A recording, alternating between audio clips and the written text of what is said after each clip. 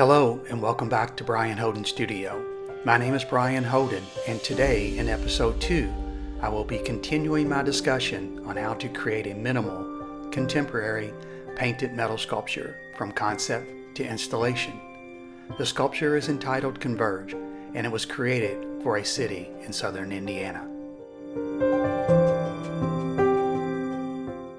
After I have cut my outer panel that will be placed on the inside curve of the lower section of the sculpture, I will then need to roll the piece of metal before trying to clamp it into place. I do this by taking a piece of pipe and then placing the metal panel on top of the pipe and gently applying downward pressure to the outer far edges and then rolling it left to right at the same time. I also use this technique to roll a smaller radius. Carbon steel is prone to kinking, so show care when rolling into your desired radius. If you have access to a slip roller, then I would highly recommend using it.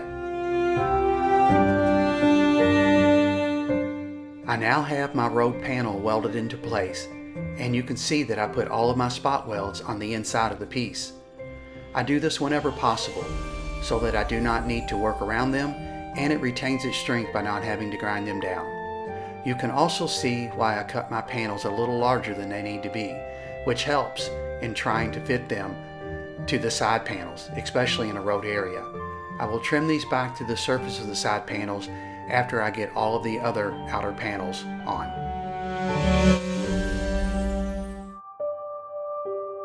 The outer panels are now on, except for the bottom panel, which I wanted to leave off until after I show you guys the mounting braces that I have welded inside.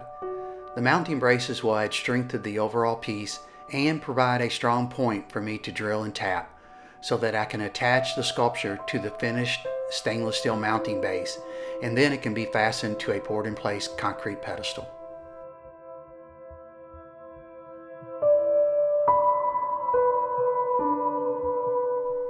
When I trim the excess metal from the outer panels, I will use a few different methods.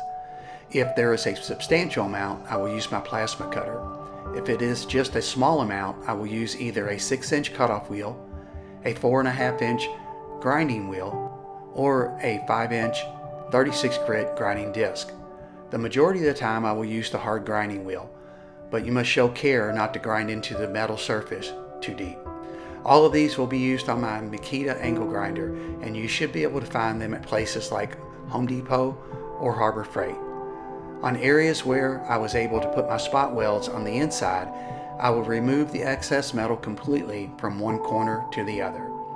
If I had to put my spot welds on the outside, I will then place them about 4 to 6 inches apart. Then I will remove the excess metal from the area between the spot welds. After doing this from one corner to the other, I will then come back and put spot welds in the trimmed area, then continue to trim the excess metal from the remaining areas.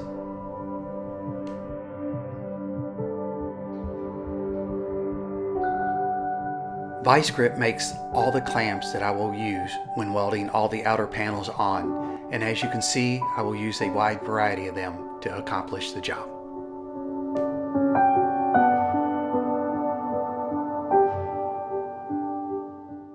I have now started the welding process, and as you can see, I have done small stitch welds that are about a 1/2 inch to 1 inch long, and I will place them about 4 inches apart. I will randomly place them all around the piece that I am welding so that I do not build up too much heat in one area. I will continue this process until I have welded all the corners. It takes a while, but I have found that this method gives me great results and minimizes warpage.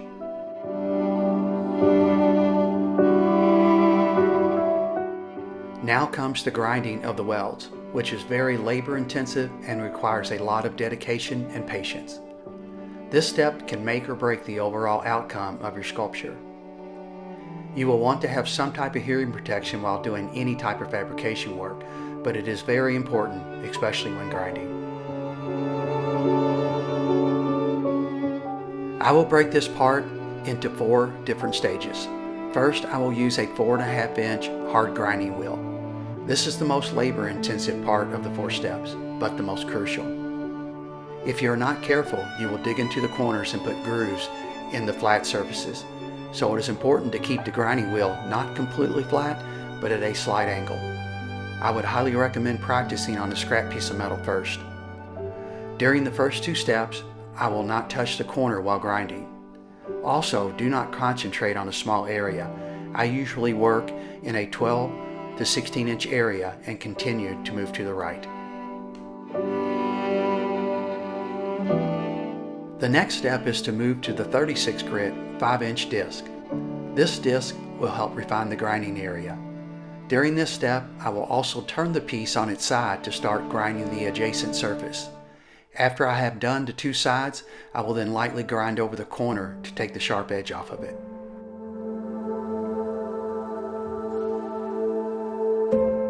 The next step is to look over the weld area and to see if there are any small pinholes. If so, you will need to put a small spot weld on the pinhole to fill it in. The disc that I will use to grind down the spot welds and to put an overall finish on the corner area is an old 36 grit 5-inch disc, which I cut the sides down to look like an octagon shape. This disc configuration will really help with the final grinding step. Now for the final step, which I use a 40 grit 6-inch sandpaper on a random or dual action sander. The sander is a variable speed sander with a hook and loom pad. After I'm done sanding the corners, I will then sand the entire piece to remove any scratches in the metal and to smooth out the surface for the primer coats. I will usually start on the larger sections of a sculpture first, then move on to the smaller sections. When working on the smaller sections, I will tack them to a heavy metal plate to keep them from moving around while working on them.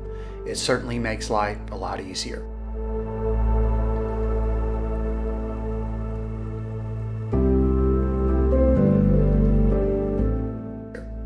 Now that I have all 4 sections of the sculpture made, I have laid them out on my workbench to get a feel for how they look as a whole, and I'm very happy with how they look at this stage.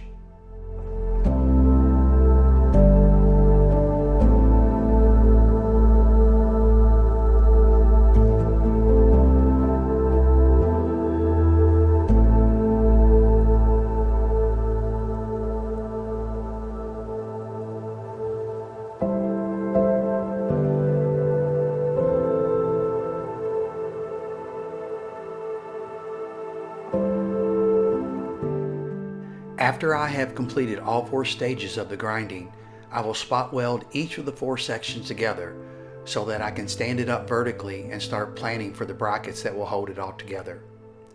Each section will be held together with stainless steel fasteners, and the complete sculpture will be attached to a stainless steel base plate. The sculpture is really starting to take shape. It is a little over 9 feet tall, and it should look great when it's all done. I now have all of my mounting brackets made and welded in place. The next step will be to drill and tap all of the 1/4 holes so that I can connect each section of the sculpture with stainless steel 1/4 button head security screws. The tap and drill bit I bought at Home Depot, and the security screws I purchased from Fastenal. If you look closely, I left a small gap between each of the mounting brackets and the sculpture section to allow room for a rubber washer and to allow room for the thickness of the primer, paint, and clear coat. I also left a gap between each section of the sculpture to allow dirt and water to flow between the sections, and this will allow the finish to stay a lot cleaner. I just finished cleaning up the welds that hold on the mounting brackets, and my next step will be to install the stainless steel base plate. The 4 small 17/64 holes that I have drilled in the plate will be used to mount the plate to the bottom of the sculpture, and the 4 large holes will be to mount the complete sculpture to the concrete pedestal. The 17/64 holes are the exact size that I will need to tap a 5/16 by 18 threaded hole to accommodate the stainless steel screws. Once I get one hole drilled and tapped, I will screw the base plate to the bottom of the sculpture and then drill and tap my remaining 3 holes. This will ensure that I have proper alignment on all of the 4 holes. After I make sure that everything aligns, I will then remove the base plate and enlarge the 4 17/64 holes to give me a little more play to work with during assembly. I will end with a small quote by William S. Burroughs. Nothing exists until or unless it is observed. An artist is making something exist by observing it, and his hope for other people is that they will also make it exist by observing it. I call it creative observation, creative viewing. Thanks for watching this episode of Brian Houghton Studio. I hope you have enjoyed.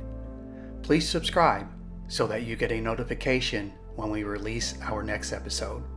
If you have any questions, please leave them in the comments below and I will do my best to answer them for you. And don't forget to make something of yourself. God bless.